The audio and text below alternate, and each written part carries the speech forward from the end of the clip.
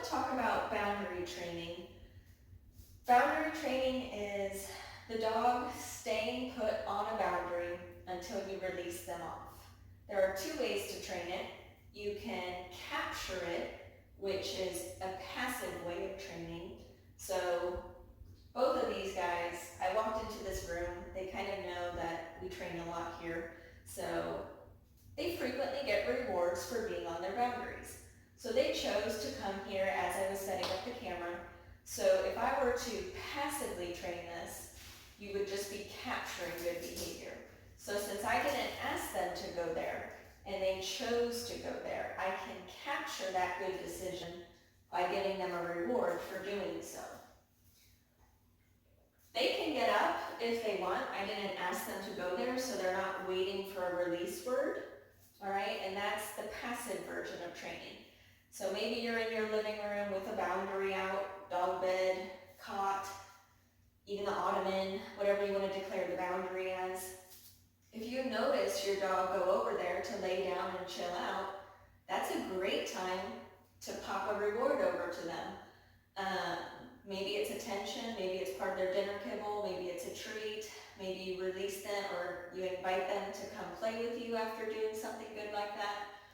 And honestly, that passive way of training boundary training, the capturing their good behavior, captured, you're doing so good, that is the stronger way of teaching. But in the training world, we usually have another way to teach as well, which is active training, asking, luring, showing, etc. Cueing the dog to do a behavior. And that is what I'm about to show you. That's what we started in class. We started with some active training of boundary training. For them, for Ray, she knows it as place. Bentley was actually originally taught with go to your mat. But in the end, the words don't mean that much to them. Just pointing at their boundary is actually what they understand the most because they are so visual. All right, so I'm going to use Ray. I'll bring up her cot a little bit easier for you to see. And I'm going to do some beginning steps as if I was first teaching this.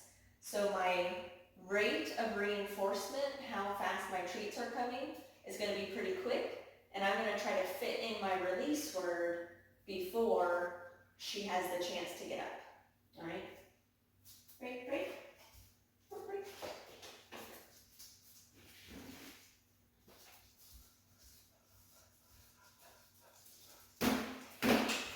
So if she didn't get up on her own, you can put your little food there, lure them up. Yes, good girl. As soon as she steps on it, yes, and treat. And then lure into the down position.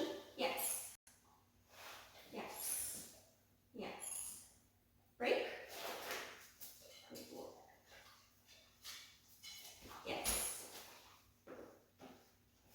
Yes. Now I'm not saying down, I'm not saying place yet.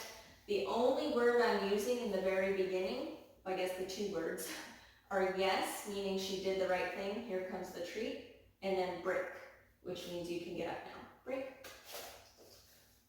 We're still working on that release cue. Break. Good girl. All right. I only label the behavior once they're really good at it. So, and she does have a history of this. She is good at it. So I could be labeling it for her. But when you're starting out with your dog, there's no need to call it place or settle because they don't really have a strong behavior to associate to place yet. Yes, good girl. Yes. Yes. Yes. Break. Good girl. So you can sit in your living room with your dog's boundary and hand feed them dinner this way. The first step to this training is just showing them that this boundary is a hot spot. They get on here, they lay on here, and it's boom, boom, boom, boom, boom, get off. Get back on, food, food, food, food, food, get off. All right, so what they're really practicing is getting on their boundary, laying down until released. All right, we will progress it further after